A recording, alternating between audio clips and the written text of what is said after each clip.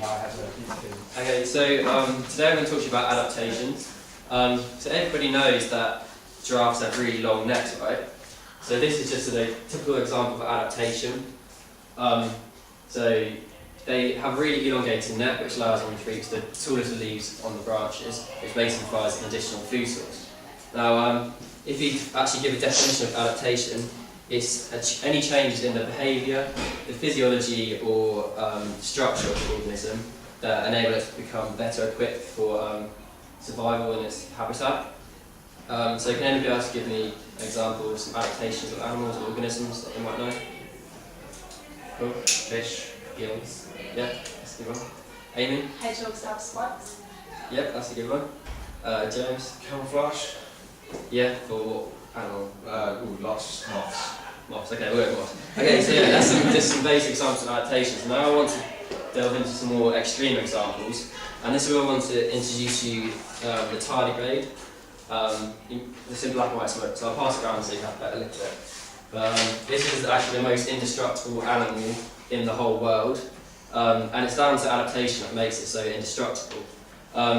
It has this ability to, under times of environmental stress, it kind of retracts its body into this protective ball-like state, and it's like a hibernative state where its metabolism is completely reduced, and its water content is reduced as little as 3%.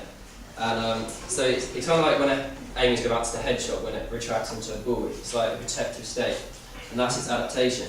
So, like I say, these are indestructible creatures. They can survive being boiled alive, they can survive being frozen, completely desiccated, and because of this they are found all over the globe in every kind of ecological niche possible.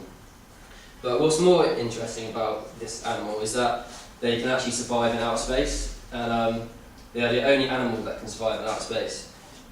In 2007, some scientists actually took them out on a rocket and exposed them to the vacuum and radiation of outer space, and brought them back down to labs, studied them, and they found out that they're still alive and moving.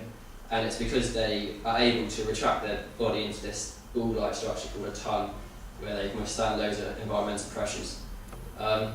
So yeah, that's my lesson on adaptation. Adaptation, just to give you a few examples and the definition of basic changes in their physiology and behaviour and or structure that allow them to become better equipped for survival in their habitat.